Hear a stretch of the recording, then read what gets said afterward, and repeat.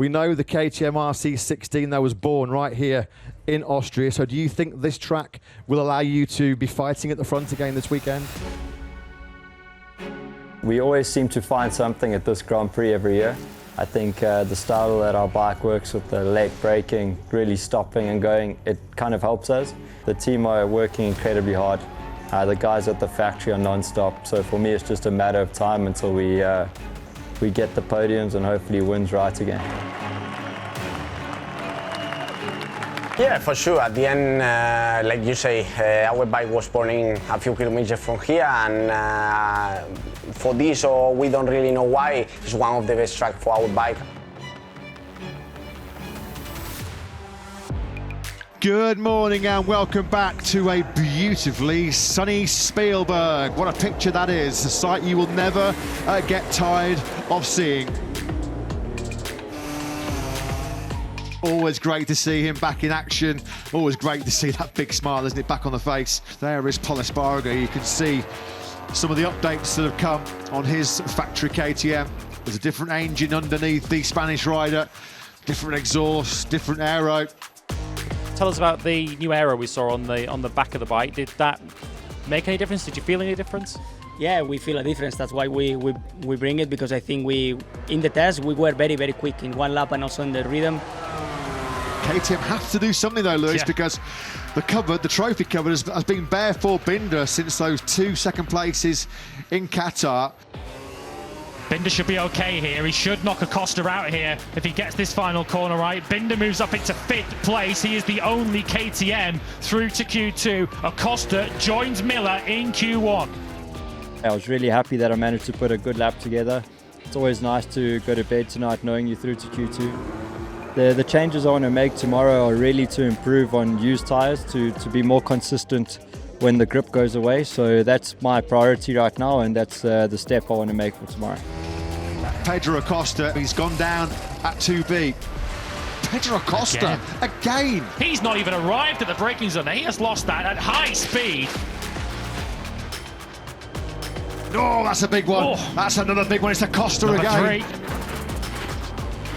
But this has been a really, really tough first Austrian Grand Prix for KTM and Gas. We need to improve in a small part of the track. You know, at the end, we lose many time today about the crashes and about some problems that we was having inside the box. First of all, we need to pass to Q2 and then be in the first 2 rows of the grip. We've got Q1 tomorrow to try and do it again. I mean, you know, the bike's working really well. Felt really comfortable. Did like a 14-lap run and run some decent pace there on a used front. So we'll see what we can do tomorrow.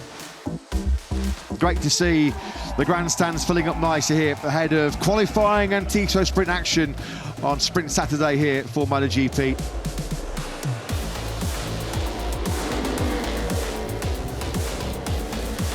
We're looking at Thriller Miller dropping down even further now into the last corner, turn 10, back to second gear now. Of course, this is where he lost potentially a victory in 2020 when Miguel Oliveira died on the inside of him and Pol Espargaro, and Miller has responded. What a great lap that is by the Australian, a 1:28.567.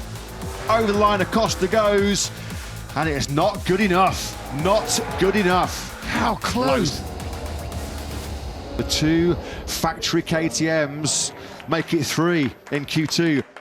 Pol was one of the riders that contributed to Acosta missing Q2. Up next, it's the battle for 11th pole position of the season in what should be a stunner in Spielberg.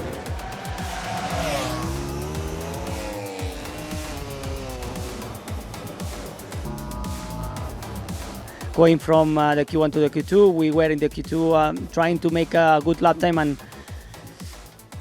I did a mistake and I crashed. Some Saturday so far for Aussie Jack Miller.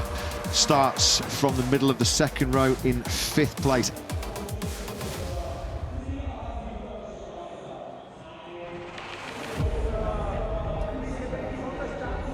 Sprint Saturday takes centre stage in Spielberg as the world's fastest riders get ready to rumble at the short but fast roller coaster Red Bull ring. It's lights out and we are racing in the sprint here in Austrian Spielberg. There's a real good battle behind this top four. Miller, Morbidelli and Bastianini, they came with a line split by just 4 tenths of a second. Here we are, we're picking that battle up now. Miller just in a little bit hot, stressing that medium front tyre down the hill into the hard braking zone for turn 4. At the moment though, he's keeping the 2 Italians at bay. He's doing a job on the Italians behind him. Really good showing this from Jack Miller in 5th place, considering where the other KTMs are in this sprint. Binder is a little bit of a distant 8th at the moment, just off the back of this tree. You can see him there just in the back of the picture. Pedro Costa still hasn't really made any great progress from where he started. He's only gone from 14th up into 12th. Because Bastianini now makes the move on Miller. Jack, was there a smile under the helmet after you came across the checkered flag today? Yes and no. Obviously, you know, Enea getting me 2 to go was a bit painful, but I tried to stick with him and, you know, maybe lunge another little attack, but wasn't to be. Happy to be back in that top 5. I mean, it's been a minute since Portimao, and no, I'm, you know, feeling good this weekend. Never had to overtake. I had to come from a couple of bike lengths back, so it was quite sketchy, but yeah, I thought I got past Morbidelli at the end, and he just flew past me again in the little drive zone. So clearly we have some room to improve, and hopefully we can find something for tomorrow.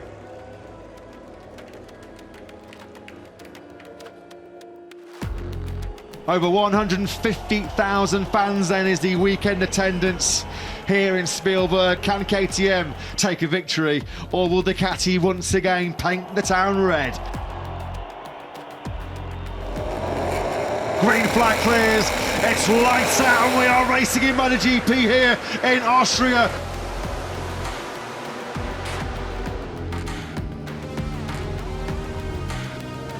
Good start for the KTMs. Jack Miller certainly got the start right. He didn't yesterday.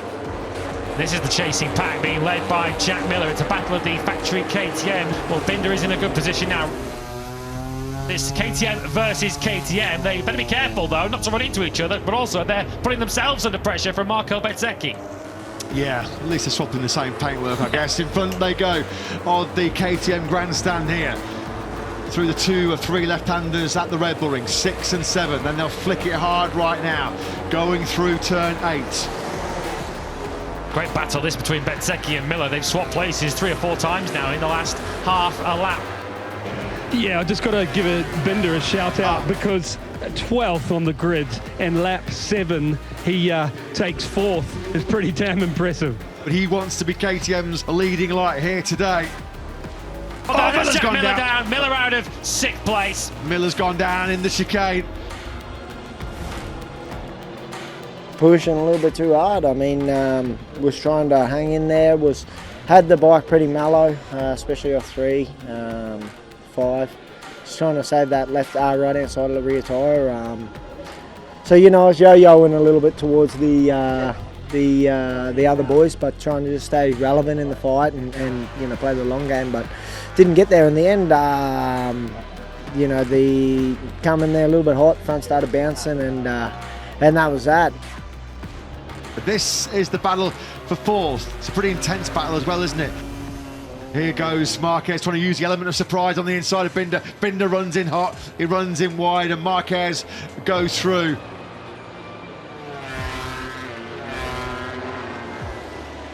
Brad Binder prevents yet another. It prevents a 3rd successive Ducati top 5 lockout. The leading light for KTM on home soil for the Austrian factory. He was 5th.